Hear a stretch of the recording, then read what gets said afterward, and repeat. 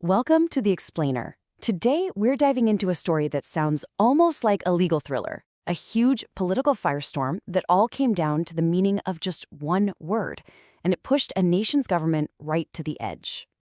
So, here's the question that just blew everything up. Can you impeach the same government official twice in 1 year? This wasn't just some academic debate. It set off a massive standoff between the legislature and the judiciary. And right in the middle of it all, the nation's top judge, the Chief Justice of the Supreme Court. So, yeah, how on earth did things get to this point? All right, so this whole thing kicks off with a constitutional crisis brewing.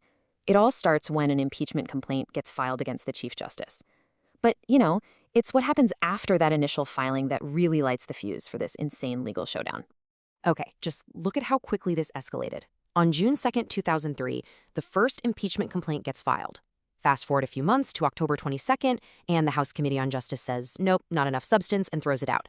But then, and this is the wild part, the very next day, October 23rd, a second, totally different impeachment complaint is filed against the same Chief Justice. We're talking less than 24 hours later. That super fast turnaround immediately sent up massive red flags for everyone watching. And this brings us to the heart of the conflict, the 1-year impeachment ban. See, the whole reason this became such a big deal is because there's a specific sentence in the Constitution that seems designed to stop exactly this kind of thing from happening. So here it is, the central conflict laid bare. On one side, you have the Constitution saying the House has the exclusive power to initiate all cases of impeachment. Pretty clear, right? But then on the other side, you've got this limit. No impeachment proceedings can be initiated against the same official more than once in a year. So which one is it? You can practically see the two sides heading for a head-on collision. You can think of it as a kind of impeachment double jeopardy. And this rule isn't just there for fun. It has a really important purpose: to stop the impeachment process from being used as a political weapon to just constantly harass a public official. It's all about ensuring some level of stability in the government. So now the big question becomes, can the court even intervene? You've got two branches of government hurtling towards each other.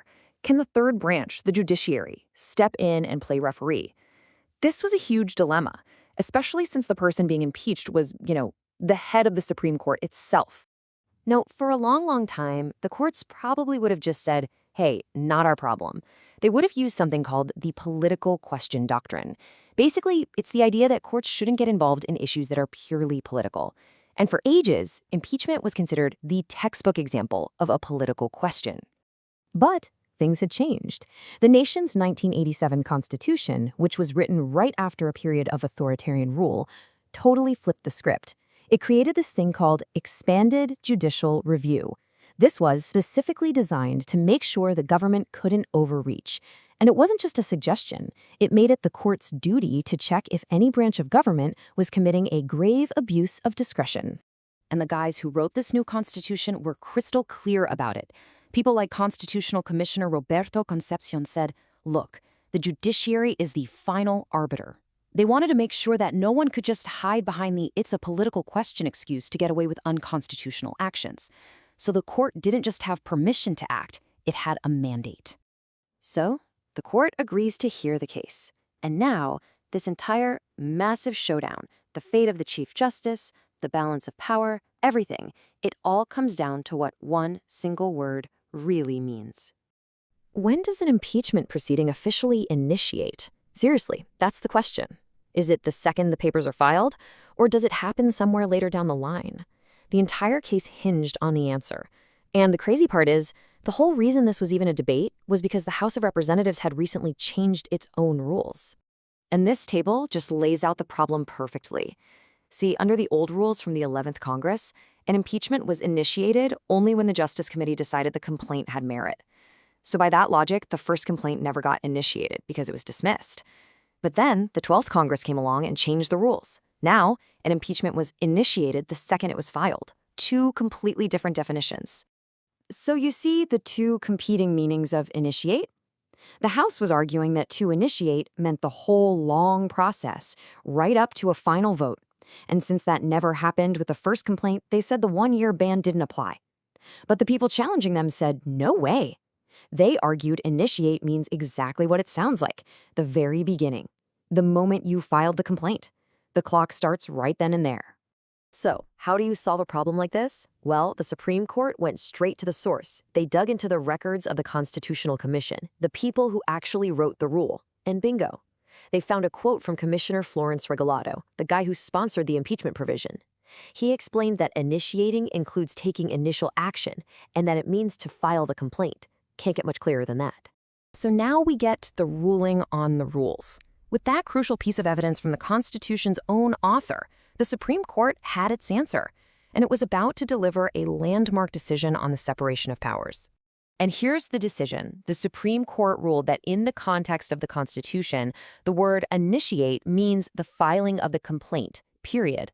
That meant the one-year clock started ticking the moment that first complaint was filed, which also meant the House of Representatives' new rule, the one that tried to change the definition, that was unconstitutional. And because of that, the second impeachment complaint was barred by the Constitution. So, the conclusion was unavoidable. That second complaint, filed on October 23, 2003, was unconstitutional and totally void. It was filed way inside that one-year window, making it a clear violation of the ban. And in their ruling, the court brought up this old legal principle, solus populi est suprema lex. It means the welfare of the people is the supreme law. They were making a point that these constitutional rules aren't just picky little details. They're there for a huge reason, to make sure the government is stable and predictable, because that's what's best for everyone. So what's the big takeaway here?